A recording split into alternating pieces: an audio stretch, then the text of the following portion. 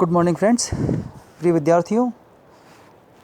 BA second year honours agriculture geography के paper में आज हम कृषि को प्रभावित करने वाले तथ्यों के बारे में चर्चा करेंगे। आज का हमारा लेक्चर फैक्टर्स अफेक्टिंग एग्रीकल्चर इसके ऊपर डिपेंड है, इसके ऊपर रहेगा। तो प्यारे बच्चों, जैसा कि हम जानते हैं कि प्राचीन और परंपरागत कृषि जो है वो और आधुनिक मॉडर्न एग्रीकल्चर जिसे हम कहते हैं उस कृषि को हम भौगोलिक जो परिप्रेक्ष्य है उससे अच्छी तरीके से समझ सकते हैं। कृषि की विविधताएं जो हैं, क्योंकि कृषि की विविधताएं जो हैं वो भौगोलिक दशाओं का ही प्रत्युत्तर होती हैं। वास्तविकता में कृषि का प्रारूप, प्रकार, वितरण आदि की जो विभिन्नताएं हैं, यही विभिन्नताएं क्षेत्रीय और प्रादेशिक विभिन्नताओं को भी पैदा करती हैं एग्रीकल्चर में। क्योंकि एक क्षेत्र विशेष में विशेष प्रकार की फसल पैदा होती है तो दूसरे क्षेत्र विशेष में दूसरे प्रकार की फसल पैदा होती है। एक देश की भी कृषि दूसरे देश की कृषि से अलग होती है। जैसा कि हम उदाहरण देवें, एक देश में गन्ने का उत्पादन अधिक होता है तो दूसरा देश जो है वो रबर का उत्पादन अधिक करता है। जैसे चीन, जापान आदि में चावल अधिक उत्पन्न होता है तो कनाडा और ऑस्ट्रेलिया के जो प्रेरी के मैदान हैं वहाँ पर गेहूँ अधिक होता है। और इसके अतिरिक्त भी कुछ क्षेत्र ऐसे हैं जो कृषि से शून्य हैं, तो कुछ क्षेत्र ऐसे हैं जो काफ़ी सघन कृषि वाले क्षेत्र हैं। तो हम ये कह सकते हैं कि कृषि का जो विभिन्नताएं हैं वो विभिन्नताएं वहाँ के भौगोलिक वातावरण या हम ये कह सकते हैं कि भौगोलिक दशाओं का प्रत्युत्तर हैं। और ऐसे कृषि की दशाओं को विभिन्न रूप में से प्रभावित करने वाले जो तथ्य हैं उनको हम 4 पार्ट के अंदर डिवाइड करते हैं। भौगोलिक तथ्य पहला, दूसरा सामाजिक और आर्थिक तथ्य, तीसरा कृषि में मानवीय तथ्य तथा चौथा राजनीतिक वो अन्य कारक। अर्थात ये 4 कारक जो हैं वो हमारी कृषि को प्रभावित करते हैं। भौतिक तथ्य, सामाजिक आर्थिक तथ्य, मानवीय तथ्य तथा राजनीतिक और अन्य कारक। फ्रेंड्स, अब हम एक एक तथ्य के बारे में चर्चा करेंगे। सबसे पहले हम बात करते हैं हमारे भौगोलिक तथ्यों के बारे में।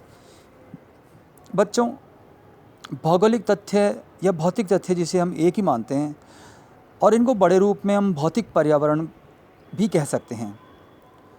और ये जो भौतिक पर्यावरण है ये कृषि को एक निश्चित दिशा देने में बहुत ही महत्वपूर्ण भूमिका अदा करता है। क्योंकि भूमि उपयोग की सीमा, कृषि प्रकार एवं कृषि की जटिलताएं जो हैं वो सभी जो हैं वो भौतिक दशाओं के विभिन्न रूपों से ही निर्धारित होती हैं। इस जो हमारी ये जो टेबल है, इस टेबल में आप देख पा रहे होंगे कि हमारे जो तथ्य हैं वो भौतिक, सामाजिक, आर्थिक, मानवीय तथा राजनीतिक हैं। इसमें भौतिक तथ्य जो हैं उसके हमने 4 जो कारक हैं उसके बारे में चर्चा कर रहे हैं हम। भौतिक तथ्य के 4 पार्ट हैं। पहला धरातल है, दूसरा जलवायु है, तीसरा मिट्टियाँ हैं और जो चौथा है वो है जल प्रवाह है। तो फ्रेंड्स, ये जो धरातल जो है, भौतिक तथ्य जो है मोटे रूप में 4 भागों में बांटा गया है। तो पहला तथ्य धरातल जो है वो हमारी कृषि को किस प्रकार से प्रभावित करता है, हम इसके बारे में चर्चा करेंगे। तो फ्रेंड्स, धरातलीय दशाएं जो हैं वो कृषि को प्रत्यक्ष रूप से प्रभावित करती हैं, क्योंकि धरातल के आधार पर ही विभिन्न फसलें और कृषि कार्य किए जाते हैं। और धरातल के हमारे प्रमुख रूप जो हैं वो हैं पहाड़ हैं, पठार हैं, मैदान हैं। और यही प्रमुख रूप जो है वो कृषि में अनेक विभिन्नताएं पैदा करते हैं।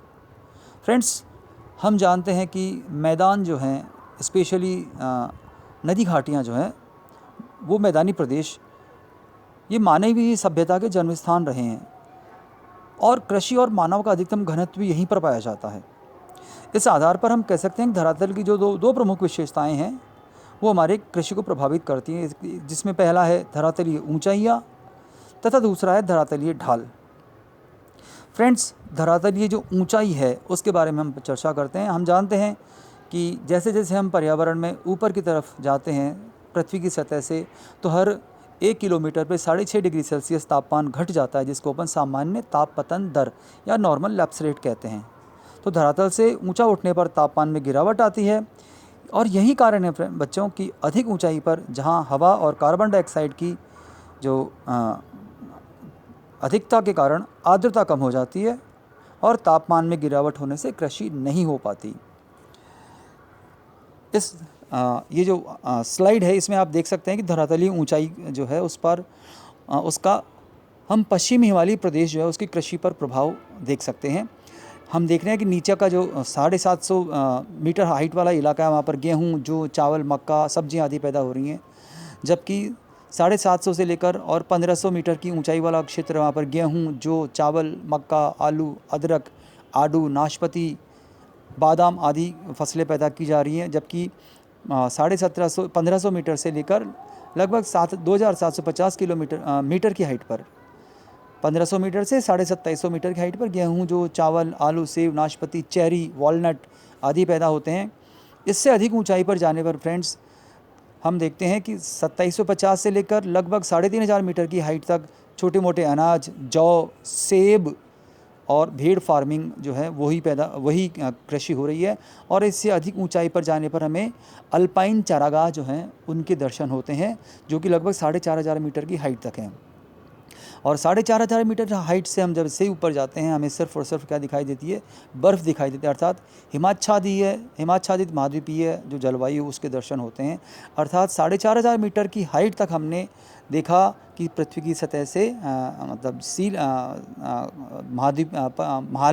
हिमालय की तलहटी से लेकर और 4500 मीटर हाइट तक हमने ऊंचाई का जो है धरातल में जो धरातली ऊंचाई है उसका प्रभाव हमारी कृषि फसलों पर किस प्रकार पड़ता है वो हमने देखा। इसके अतिरिक्त दूसरा जो तथ्य है जिसकी हम बात कर रहे हैं वो है धरातलीय ढाल। फ्रेंड्स, जो धरातलीय ढाल है वो भी उसके आधार पर भी हम कृषि पर प्रत्यक्ष और अप्रत्यक्ष रूप से हमारी कृषि की दशाएँ जो हैं वो प्रभावित होती हैं। सामान्य रूप से फ्रेंड्स ढाल 3 प्रकार के होते हैं, तीव्र ढाल, साधारण ढाल और समतल भूमि। लेकिन फ्रेंड्स जो ढालू भाग है वहाँ पर हम देखते हैं कि जो कंटूर बाउंडिंग वाली एग्रीकल्चर है वो की जाती है, या हम ये कह सकते हैं कि पहाड़ी ढालों पर जो है वो पहाड़ी कृषि की जाती है, जबकि मैदानी भागों में जो है वो समतल मैदानी भागों में अलग तरह से मैदानी कृषि की जाती है। तो जो ढाल है वो भी हमारी कृषि की दशाओं को प्रभावित करता है। दूसरा जो प्रमुख बिंदु है वो है जलवायु की विभिन्नताएं या जलवायु की दशाएं। फ्रेंड्स, कृषि को प्रभावित करने में जलवायु का विशेष महत्व होता है, ये भी हम जानते हैं। और वास्तविकता यह है कि हमारी जो फसलों का जो वैविध्य है वो वैविध्य जो है विविध प्रकार की जो फसलें हैं वो विविध प्रकार की जलवायु द्वारा ही निश्चित होती हैं।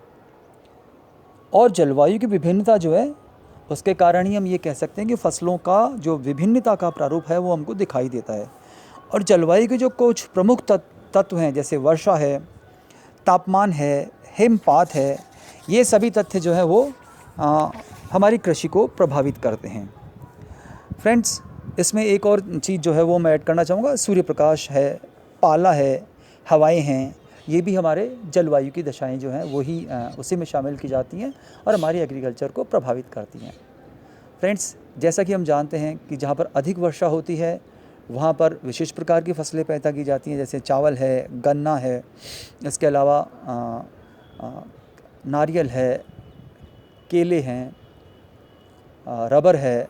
ये जो विशेष फसलें जिसमें हमको नमी की अधिक या आर्द्रता की अधिक आवश्यकता होती है वो अधिक वर्षा वाले जो क्षेत्र हैं उन्हीं में पैदा किए जाते हैं। जबकि कुछ फसलें ऐसी होती हैं जो अर्धशुष्क और शुष्क दशाओं में भी पैदा की जाती है। जैसे शुष्क दशाओं में हम बाजरे की बात करते हैं, बाजरे की बात कर रहे हैं, रागी की बात करते हैं। ये ऐसी फसलें हैं जो शुष्क दशाओं में पैदा होती हैं।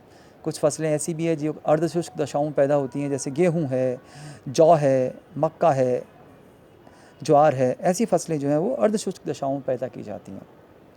इस आधार पर हम कह सकते हैं कि वर्षा जो है वो जो विभिन्न फसलें हैं उनमें वैविध्य जो है उसको पैदा करती हैं।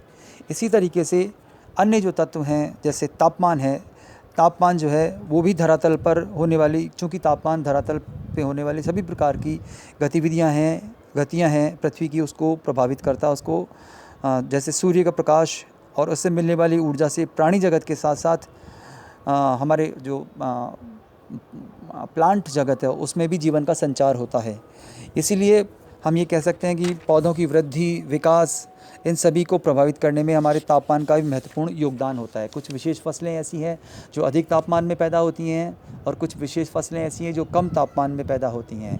जैसे हम बात करते हैं हमारे रबर की इसके अलावा केले की, इसके अलावा जो विशेष मसाले हैं वो हमारे अधिक तापमान वाले क्षेत्रों में ही पैदा होते हैं, जबकि गेहूँ, कपास ऐसी फसलें जो हैं वो कम तापमान वाले भागों में पैदा होती हैं। तो हम ये कह सकते हैं कि तापमान जो है वो भी हमारी फसलों के विविधता को प्रभावित करता है। इसके पश्चात हम तीसरे तत्व पे आते हैं, वो है मिट्टियाँ। फ्रेंड्स, जलवायु की तरह ही मिट्टियाँ भी कृषि में महत्वपूर्ण तथ्य हैं। मिट्टियों के आधार पर ही कृषि के अनेक रूप पाए जाते हैं। विभिन्न फसलें, इनका उत्पादन, किस्में आदि सब मिट्टियों की उर्वरा शक्ति पर ही निर्भर करती हैं। हम ये कह सकते हैं कि जैसे कुछ विशेष प्रकार की फसलें विशेष प्रकार की मिट्टी में ही पैदा होती हैं। मैं यहाँ पर एक उदाहरण देना चाहूँगा आपको।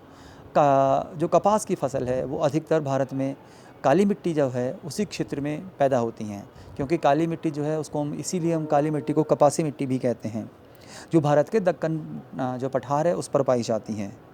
तो रंगों के आधार पर फ्रेंड्स हम मिट्टियों को अनेक प्रकार में बांटते हैं, जैसा कि आप जानते हैं काली, भूरी, लाल, सफ़ेद अनेक मिट्टियाँ होती है।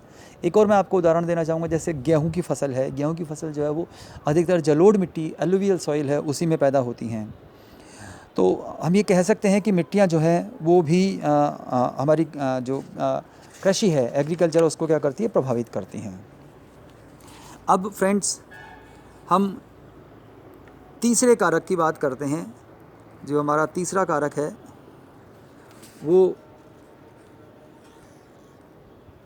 वो है सामाजिक और आर्थिक जो तथ्य हैं वो। फ्रेंड्स, भौतिक तथ्यों के समान ही हम ये कह सकते हैं कि सामाजिक और आर्थिक तथ्य जो हैं वो भी हमारी कृषि की प्रारूपता को किसी न किसी प्रकार से प्रभावित करते हैं। विशेषकर चीन, जापान और भारत जैसे जो प्राचीन देश हैं जहाँ पर परंपरागत कृषि की जाती है, वहाँ पर सामाजिकता के हमको विभिन्न पहलू देखने को मिलते हैं। और क्योंकि इन देशों में कृषि जो है वो ही मूलभूत और जीविकोपार्जन का आधार है, और यहाँ पर कृषि एक और सामाजिक गठबंधनों, रीति रिवाजों, जातिगत व्यवस्थाओं व विभिन्न वर्ग समूहों का आधार पर की जाती हैं, वहीं दूसरी ओर यह सामाजिक, संस्थागत तथ्य तथा आर्थिक दिशाओं के परिवेश में भी बंधी हुई है। यही कारण है फ्रेंड्स कि इन क्षेत्रों में कई क्षेत्रों में हम देखते हैं कि भौतिक समानताएं होने पर भी कृषि के विभिन्न क्षेत्रीय प्रारूप देखने को मिलते हैं, क्योंकि समय के साथ बदलते हुए सामाजिक मूल्यों का प्रभाव कृषि पर भी पड़ता है। इसीलिए हम ये कह सकते हैं कि क्षेत्रीय विशेषताओं की समानता होते हुए भी कुछ दूरियों पर ही कृषि के प्रारूप और प्रकार जो है उनमें परिवर्तन हमको देखने को मिलता है। लेकिन हम यहाँ पर ये कह सकते हैं कि पश्चिमी जो देश हैं वहाँ खेती एक ही सामाजिक ढांचे में तथा विभिन्न आर्थिक प्रयोजन के लिए होती है, जबकि पूर्वी देश जो हैं वहाँ पर कृषि जो है वो आजीविका या सबसिस्टेंस जो है उसका आजीविका का आधार है, जिसमें सामाजिक और आर्थिक दोनों ही प्रयोजनों के साथ भिन्नता देखी जा सकती है। एक बात और फ्रेंड्स, जो विभिन्न समाज में पाए जाने वाले सामाजिक तथ्य हैं उनकी विवेचना हम दो प्रमुख तंत्रों के आधार पर कर सकते हैं, एक सामाजिक व्यवस्थाएं और दूसरा आर्थिक व सामाजिक तथ्य।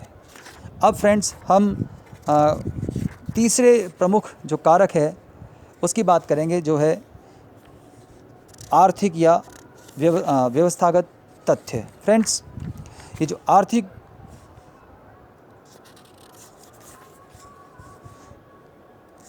या व्यवस्थागत जो कारक है, क्षमा करें फ्रेंड्स, पहले हम बात करेंगे कृषि में मानवीय तथ्यों के बारे में। मानवीय जो तथ्य हैं कृषि में, तो फ्रेंड्स हम ये कह सकते हैं कि वैसे तो मानव जो है हमारे सभी क्रियाकलापों का केंद्र बिंदु होता है और अपने अपने प्रदेशों में वहाँ के भौतिक वातावरण के अनुसार सभी क्रियाओं को प्रभावित करता हुआ अनुकूल कार्य करता है। लेकिन हम ये भी कह सकते हैं कि कृषि जैसे व्यवसाय को मानव पूर्णतया प्रभावित ही नहीं करता, बल्कि इसे कंट्रोल या नियंत्रित भी करता है।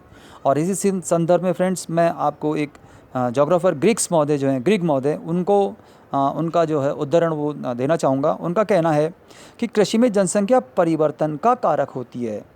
Population is a factor of change in agriculture.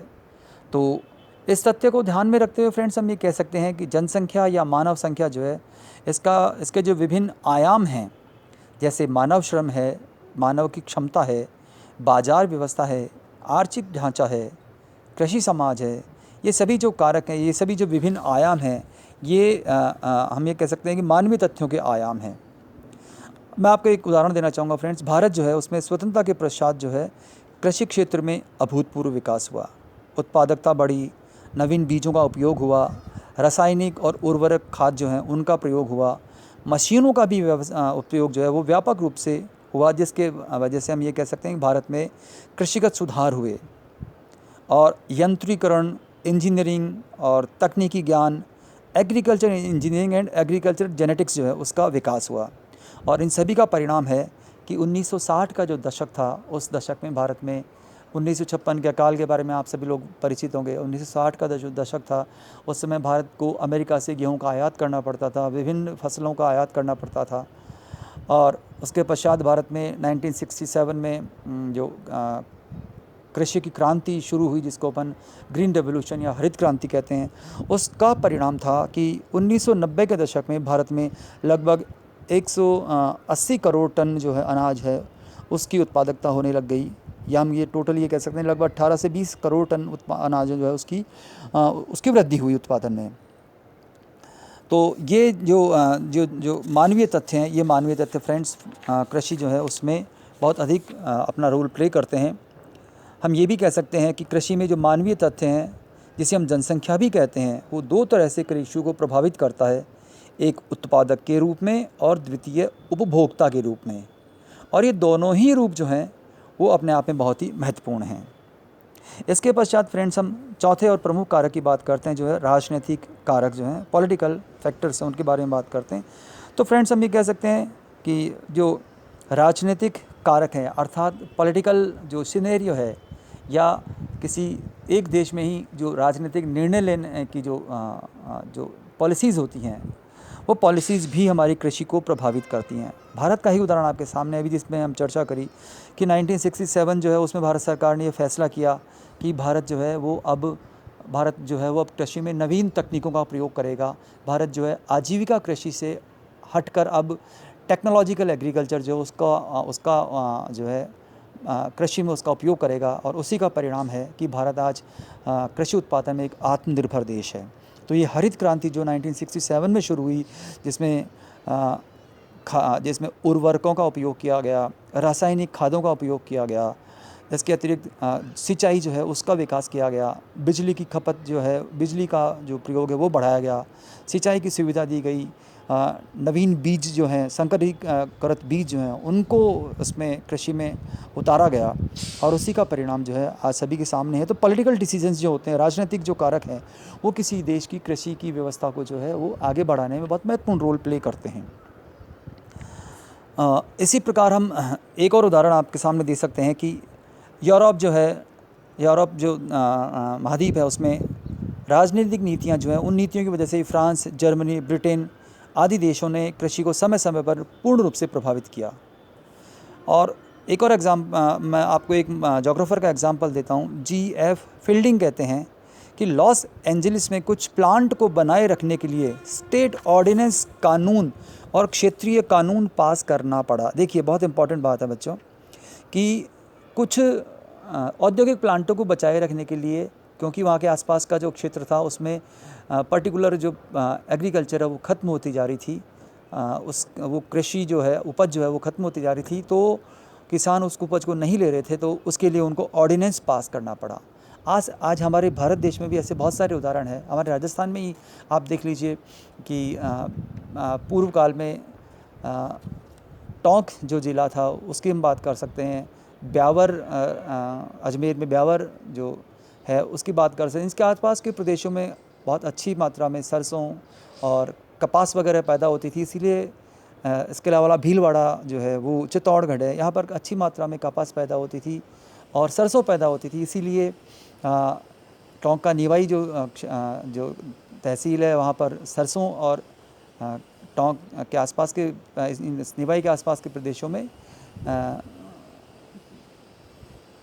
कपास की फसल काफ़ी मात्रा में पैदा होती थी, जिसके बेस्ड पर जो वहाँ पर औद्योगिक सूत की जो कॉटन की मिल्स हैं वो काम करती थी। लेकिन अब इन क्षेत्रों में चूँकि कपास का उत्पादन और सरसों का उत्पादन काफ़ी कम हो गया, इसलिए ये जो औद्योगिक इकाइयाँ ये रुग्ण होती होती अब बंद होने की कगार पर आ चुकी हैं।